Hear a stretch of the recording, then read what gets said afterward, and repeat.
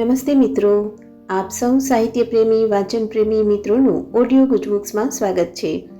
અત્યારે આપણે વાંચી રહ્યા છીએ વર્ષના પ્રત્યેક દિવસ માટે એક એમ 365 સુંદર સંદેશાઓ સાથેનું આ અદ્ભુત પુસ્તક ઉઘડતા દ્વાર અંતરના. ઓગસ્ટ 23. આત્માની શક્તિને તમારામાં અને તમારી દ્વારા વહેવા દો. આ અનંત શક્તિ પ્રત્યે તમારી જાતને ખુલ્લી કરો અને એનું સાચું રહસ્ય મારી સાથે નિકટનો સંપર્ક રાખવામાં, એ અનંત અવિનાશી મૂળ સ્ત્રોતમાંથી શક્તિ પામવામાં રહેલું છે એની પ્રતીતિ કરો. એ તો હંમેશા અહીં હોય જ છે અને જેવો એને સમષ્ટિના કલ્યાણ માટે યોગ્ય રીતે વાપરવા તૈયાર હોય તે બધા જ લોકો તેમાંથી શક્તિ ખેંચી શકે છે. તમારે તૈયાર હોવું જોઈએ. પામો એ પહેલાં તમારે માગવું જોઈએ. તમે હજુ એ માટે તૈયાર ન હો તો ઉતાવળથી એ તમારા ભણી ધકેલવામાં નહીં આવે.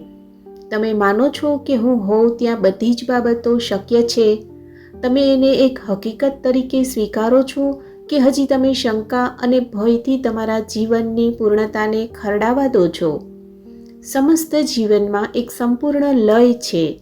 તમે એ લયમાં હો છો ત્યારે જરીએ આયાસ વિના તમે એની સાથે વહો છો અને એમ કરવામાં આનંદ અને ઉત્થાન અનુભવો છો. તો એ લયમાં ગોઠવાઈને એની સાથે સૂર મેળવીને જીવન ભરપૂરપણે કેમ ન માણવું? આપનો આજનો દિવસ શુભ રહે.